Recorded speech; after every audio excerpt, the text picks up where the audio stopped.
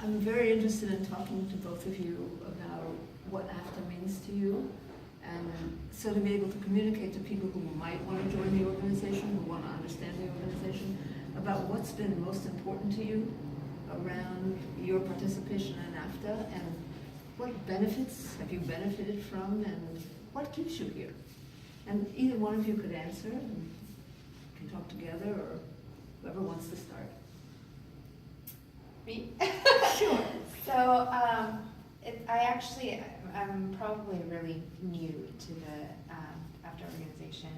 I heard a lot about it from my advisors and you're a faculty. student now? Right, Yeah. I'm a student now.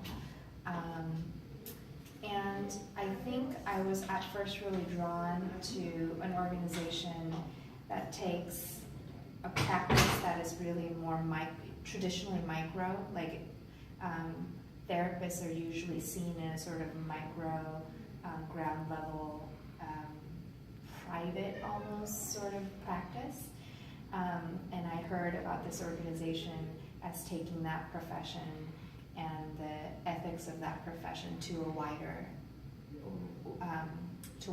calling, right? Like to be responsible as relational professionals, to be responsible to the wider community and to the wider society. And so I was really drawn to that. And what's been your actual experience? Yeah, my actual experience is that it's an organization that does strive for that, but perhaps is not perfect at it.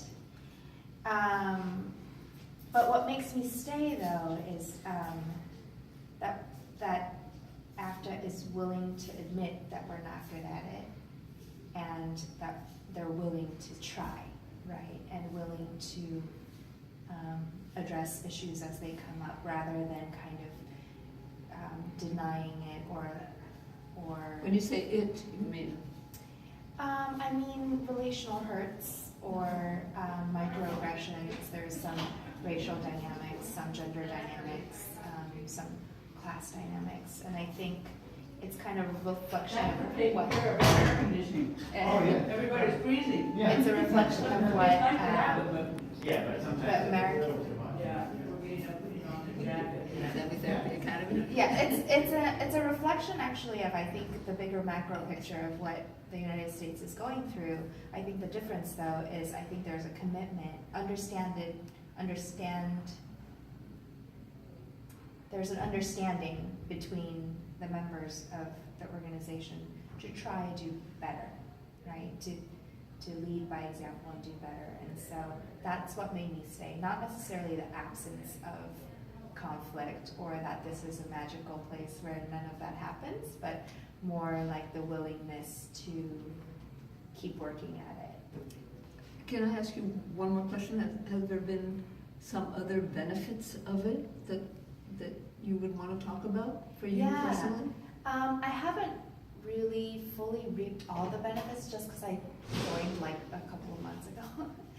But I think one of the benefits I'm already noticing is connecting to people outside of my small little school, to connecting to people across the nation who are interested in the same thing, who are doing the same thing, networking with them and learning from people who've been at it for a long time. Mm-hmm. So I would say that's a benefit. Yeah. And Lisa? It's so fun hearing you talk, Wonyoung. Your answers are so much of what brought me here initially. I joined not when I was a student, it was shortly after I was a student as an early career member, and I hadn't been in a place where people talked about their intersecting identities even as they introduced themselves. And it did so in a way where there was this accountability, even though it was messy, and sometimes there wasn't as much as was needed, but being challenged to grow in a very real way.